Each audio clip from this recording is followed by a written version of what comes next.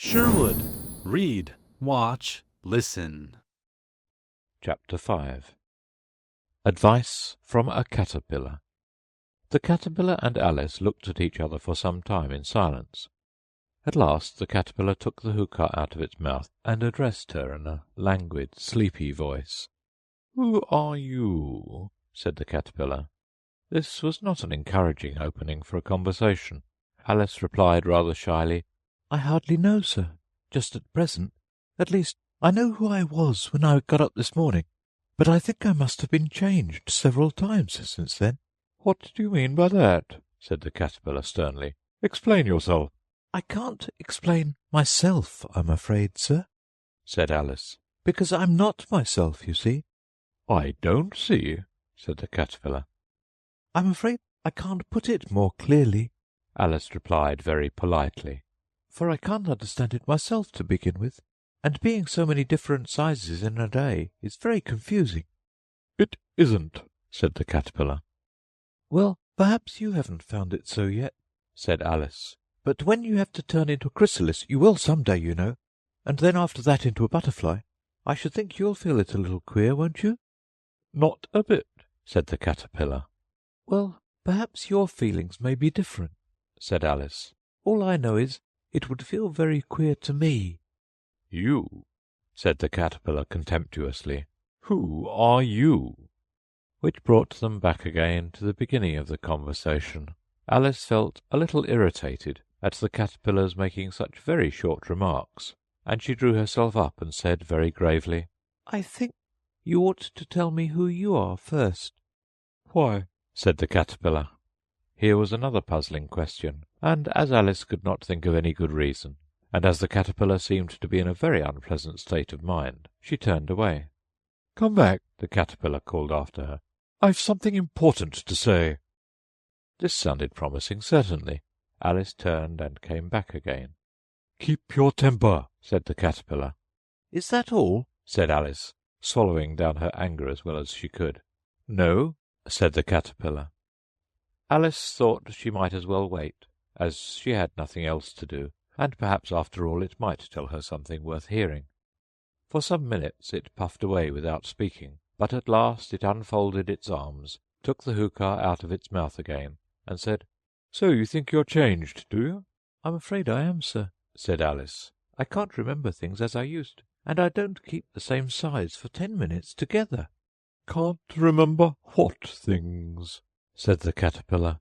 "Well, I've tried to say, 'How doth the little busy bee?' but it all came different," Alice replied in a very melancholy voice. "Repeat, 'You are old, Father William,'" said the Caterpillar. Alice folded her hands and began. "You are old, Father William," the young man said, "and your hair has become very white, and yet you incessantly stand on your head. Do you think at your age it is right?" "In my youth," Father William replied to his son, "I feared it might injure the brain, but now that I'm perfectly sure I have none, why, I do it again and again." "You are old," said the youth, "as I mentioned before, and have grown most uncommonly fat, yet you turned a back somersault in at the door. Pray what is the reason of that?" "In my youth," said the sage, as he shook his grey locks, "I kept all my limbs very supple. By the use of this ointment 1 shilling the box. Allow me to sell you a couple." "You are old," said the youth, "and your jaws are too weak for anything tougher than suet. Yet you finished the goose, with the bones and the beak. Pray how did you manage to do it?" "In my youth," said his father, "I took to the law, and argued each case with my wife, and the muscular strength which it gave to my jaw has lasted the rest of my life." "You are old," said the youth. "One would hardly suppose that your eye was as steady as ever. Yet you balanced an eel on the end of your nose. What made you so awfully clever?" "I have answered 3 questions, and that is enough," said his father. "Don't give yourself airs. Do you think I can listen all day to such stuff? Be off, or I'll kick you downstairs." "That is not said right," said the Caterpillar. "Not quite right, I'm afraid," said Alice timidly. "Some of the words have got altered." "It is wrong, from beginning to end," said the caterpillar decidedly, and there was silence for some minutes. The caterpillar was the first to speak. "What size do you want to be?" it asked. "Oh, I'm not particular as to size," Alice hastily replied. "only one doesn't like changing so often, you know." "I don't know," said the caterpillar. Alice said nothing. She had never been so much contradicted in her life before, and she felt that she was losing her temper. "Are you content now?" said the caterpillar. "Well, I should like to be a little larger, sir, if you wouldn't mind," said Alice. 3 inches is such a wretched height to be." "It is a very good height indeed," said the caterpillar angrily, rearing itself upright as it spoke. It was exactly 3 inches high. "But I'm not used to it," pleaded poor Alice in a piteous tone, and she thought of herself, "I wish the creatures wouldn't be so easily offended." "You'll get used to it in time," said the caterpillar, and it put the hookah into its mouth and began smoking again. This time Alice waited patiently until it chose to speak again. In a minute or two the caterpillar took the hookah out of its mouth, and yawned once or twice, and shook itself. Then it got down off the mushroom and crawled away in the grass, merely remarking as it went, "One side will make you grow taller, the other side will make you grow shorter." "One side of what? The other side of what?" thought Alice to herself. "Of the mushroom," said the caterpillar, just as if she had asked it aloud, and in another moment it was out of sight. Alice remained looking thoughtfully at the mushroom for a minute, trying to make out which were the 2 sides of it, and as it was perfectly round, she found this a very difficult question. However, at last she stretched her arms round it as far as they would go, and broke off a bit of the edge with each hand. "And now, which is which?" she said to herself, and nibbled a little of the right-hand bit to try the effect. The next moment she felt a violent blow underneath her chin. It had struck her foot.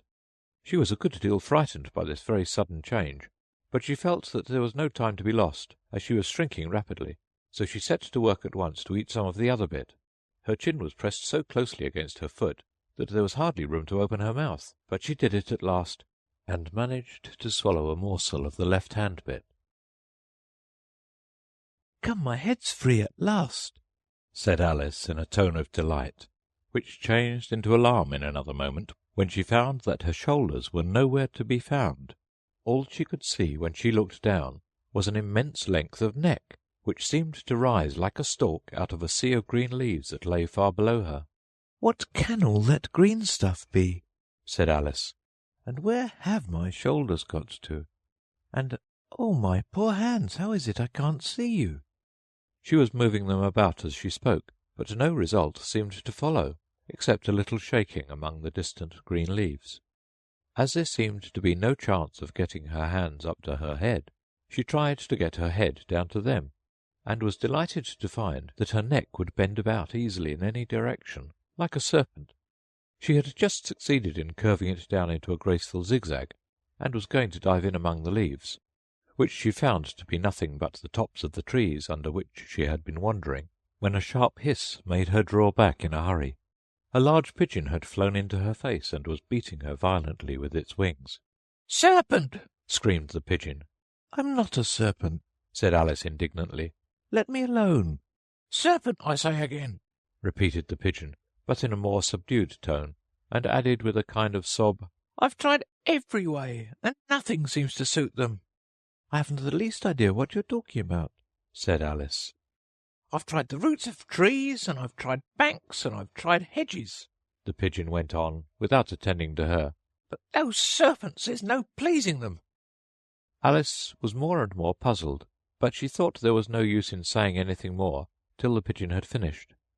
"As if it wasn't trouble enough hatching the eggs," said the pigeon. "but I must be on the lookout for serpents night and day. Why, I haven't had a wink of sleep these last 3 weeks." "I'm very sorry you've been annoyed," said Alice, who was beginning to see its meaning. "And just as I'd taken the highest tree in the wood," continued the pigeon, raising its voice to a shriek, "and just as I was thinking I should be free of them at last, They must needs come wriggling down from the sky. A serpent! But I'm not a serpent, I tell you, said Alice. I'm a... Well, what are you? said the pigeon. I can see you're trying to invent something. I'm a little girl, said Alice rather doubtfully, as she remembered the number of changes she had gone through that day. A likely story indeed, said the pigeon in a tone of the deepest contempt. I've seen a good many little girls in my time, but never one with such a neck as that. No, you're a serpent, and there's no use denying it. I suppose you'll be telling me next that you never tasted an egg. I have tasted eggs, certainly, said Alice, who was a very truthful child. But little girls eat eggs quite as much as serpents do, you know. I don't believe it, said the pigeon. But if they do, why then they're a kind of serpent, that's all I can say. This was such a new idea to Alice that she was quite silent for a minute or two, which gave the pigeon the opportunity of adding, You're looking for eggs, I know that well enough. And what does it matter to me whether you're a little girl or a serpent? It matters a good deal to me, said Alice hastily. But I'm not looking for eggs, as it happens, and if I was, I shouldn't want yours. I don't like them raw. Well, be off then, said the pigeon in a sulky tone, as it settled down again into its nest. Alice crouched down among the trees as well as she could, for her neck kept getting entangled among the branches, and every now and then she had to stop and untwist it.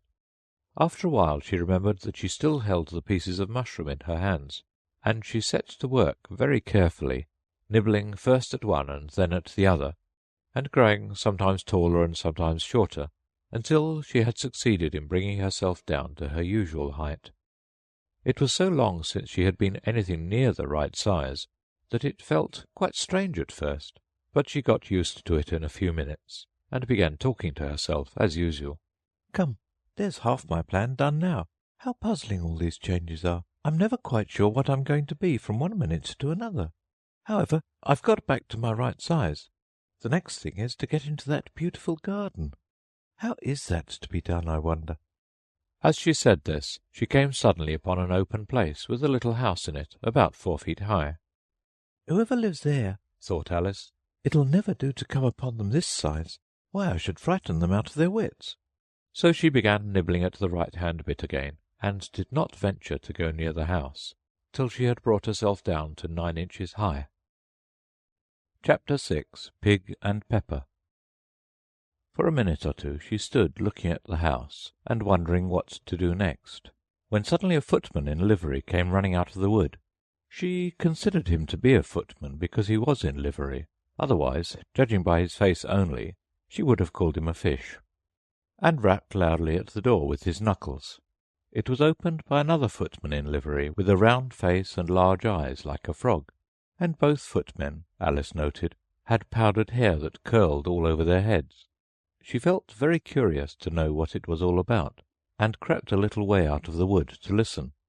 The fish footman began by producing from under his arm a great letter, nearly as large as himself, and this he handed over to the other, saying in a solemn voice, "For the Duchess, an invitation from the Queen to play croquet."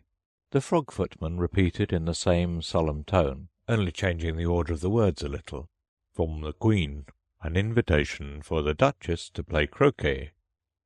Then they both bowed low, and their curls got entangled together. Alice laughed so much at this that she had to run back into the wood for fear of their hearing her, and when she next peeped out the fish footman was gone, and the other was sitting on the ground near the door, staring stupidly up into the sky. Alice went timidly up to the door and knocked. "There's no sort of use in knocking," said the footman. "First, because I'm on the same side of the door as you are. Secondly, because they're making such a noise inside no one could possibly hear you." And certainly there was a most extraordinary noise going on within, a constant howling and sneezing, and every now and then a great crash as if a dish or kettle had been broken to pieces. "Please, then," said Alice, "how am I to get in?" "There might be some sense in your knocking," the footman went on without attending to her, "if we had the door between us. For instance, if you were inside, you might knock, and I could let you out, you know." He was looking up into the sky all the time he was speaking, and this Alice thought decidedly uncivil. "But perhaps he can't help it," she said to herself. "His eyes are so very nearly at the top of his head. But at any rate he might answer questions. How am I to get in?" she repeated aloud. "I shall sit here," the footman remarked, "till tomorrow." At this moment the door of the house opened, and a large plate came skimming out, straight at the footman's head. It just grazed his nose and broke to pieces against one of the trees behind him. "Or next day, maybe," the footman continued in the same tone, exactly as if nothing had happened. "How am I to get in?" asked Alice again, in a louder tone.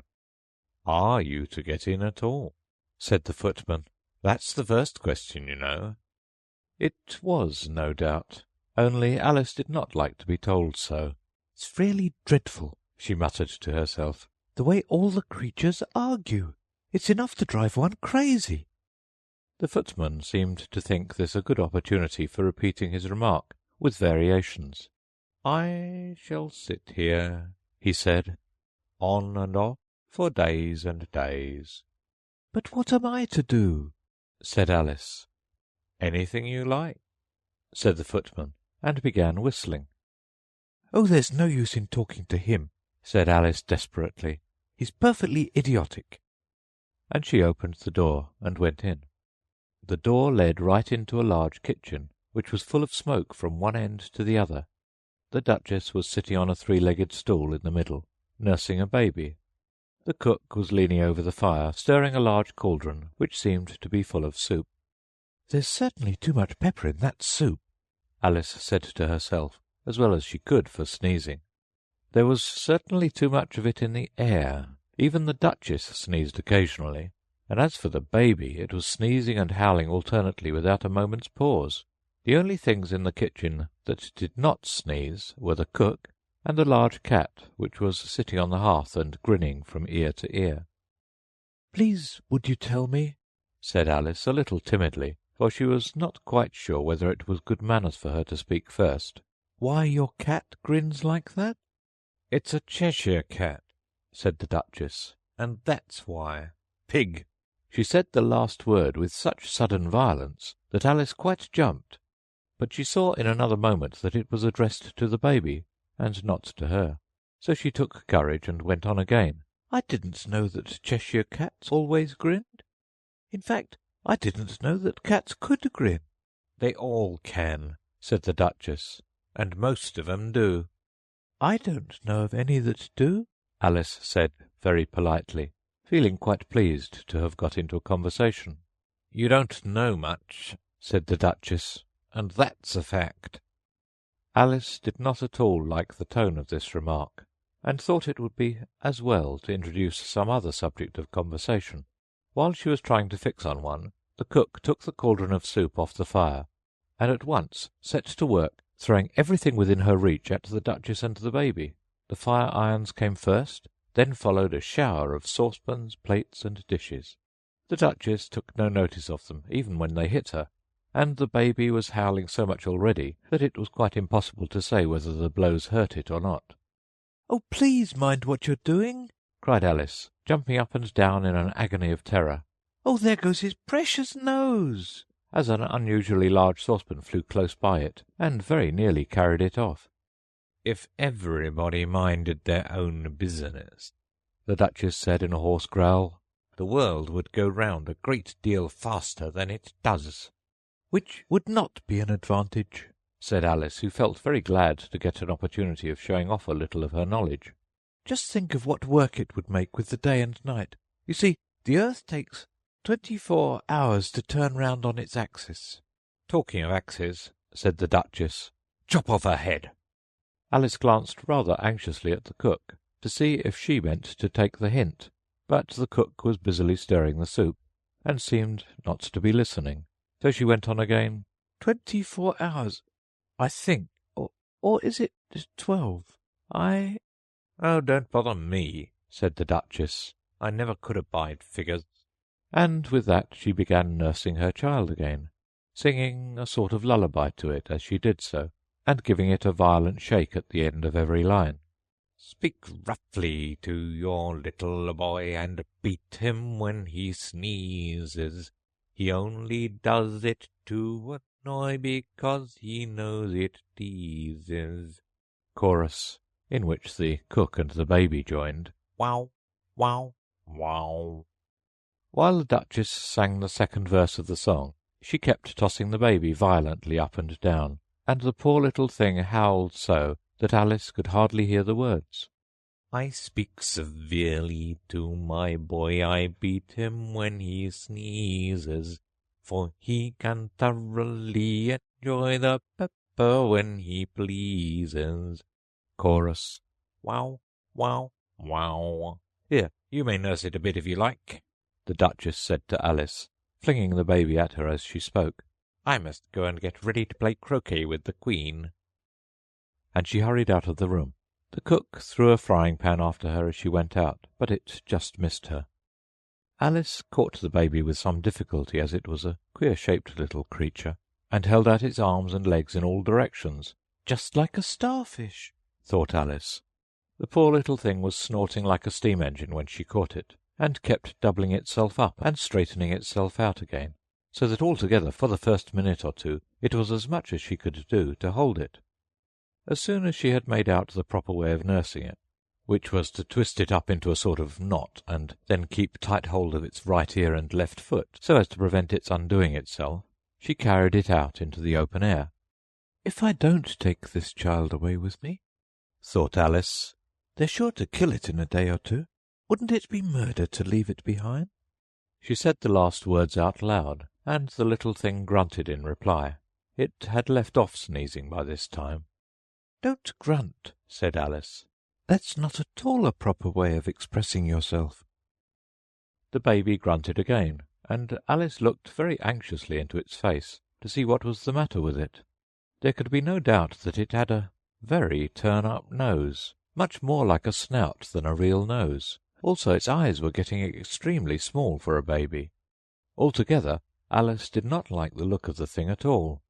But perhaps it was only sobbing, she thought, and looked into its eyes again to see if there were any tears. No, there were no tears.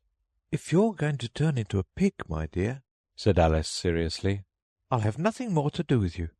Mind now. The poor little thing sobbed again, or grunted, it was impossible to say which, and they went on for some while in silence.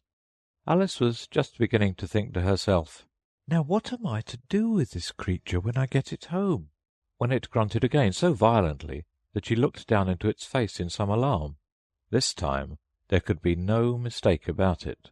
It was neither more nor less than a pig, and she felt that it would be quite absurd for her to carry it further. So she set the little creature down and felt quite relieved to see it trot away quietly into the wood. If it had grown up, she said to herself, it would have made a dreadfully ugly child, but it makes rather a handsome pig, I think. And she began thinking over other children she knew, who might do very well as pigs, and was just saying to herself, if only one knew the right way to change them, when she was a little startled by seeing the Cheshire Cat sitting on a bough of a tree a few yards off. The cat only grinned when it saw Alice.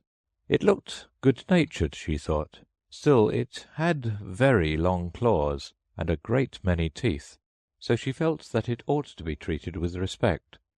Cheshire Puss, she began, rather timidly, as she did not at all know whether it would like the name. However, it only grinned a little wider. Come, it's pleased so far, thought Alice, and she went on, would you tell me, please, which way I ought to go from here? That depends a good deal on where you want to get to, said the cat. I don't much care where, said Alice.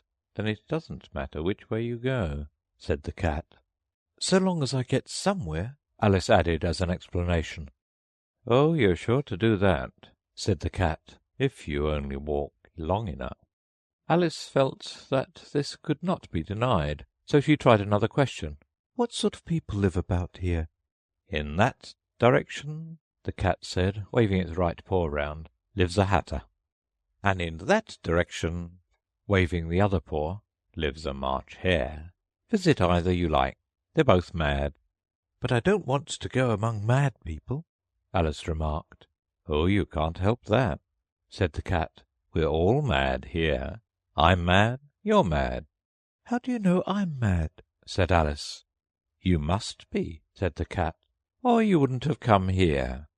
Alice didn't think that proved it at all. However, she went on. "And how do you know that you're mad?"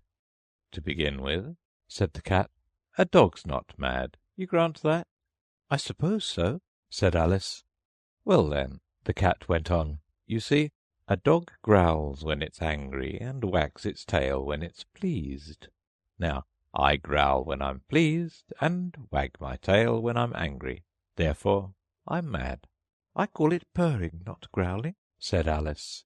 "Call it what you like," said the cat. "Do you play croquet with the Queen today?" "I should like it very much," said Alice. "but I haven't been invited yet." "You'll see me there," said the cat, and vanished. Alice was not much surprised at this. She was getting so used to queer things happening. While she was looking at the place where it had been, it suddenly appeared again. "By the by, what became of the baby?" said the cat. "I'd nearly forgotten to ask." "It turned into a pig," Alice quietly said, just as if it had come back in a natural way. "I thought it would," said the cat, and vanished again. Alice waited a little, half expecting to see it again, but it did not appear, and after a minute or two she walked on in the direction in which the March Hare was said to live. "I've seen hatters before," she said to herself. "The March Hare will be much the most interesting, and perhaps, as this is May, it won't be raving mad, at least not so mad as it was in March." As she said this, she looked up, and there was the cat again, sitting on a branch of a tree. "Did you say pig or fig?" said the cat. "I said pig," replied Alice. "and I wish you wouldn't keep appearing and vanishing so suddenly. You make one quite giddy." "All right," said the cat, and this time it vanished quite slowly, beginning with the end of the tail and ending with the grin, which remained some time after the rest of it had gone. "Well, I've often seen a cat without a grin," thought Alice, "but a grin without a cat, it's the most curious thing I ever saw in my life." She had not gone much farther before she came in sight of the house of the March Hare. She thought it must be the right house, because the chimneys were shaped like ears, and the roof was thatched with fur. It was so large a house that she did not like to go nearer till she had nibbled some more of the left-hand bit of mushroom, and raised herself to about 2 feet high. Even then she walked up towards it rather timidly, saying to herself, "Suppose it should be raving mad after all. I almost wish I'd gone to see the Hatter instead." Thanks for watching Sherwood. Scan the QR code to download our free app. Subscribe for unlimited access to books, audiobooks, podcasts, movies, and shows. See you next time.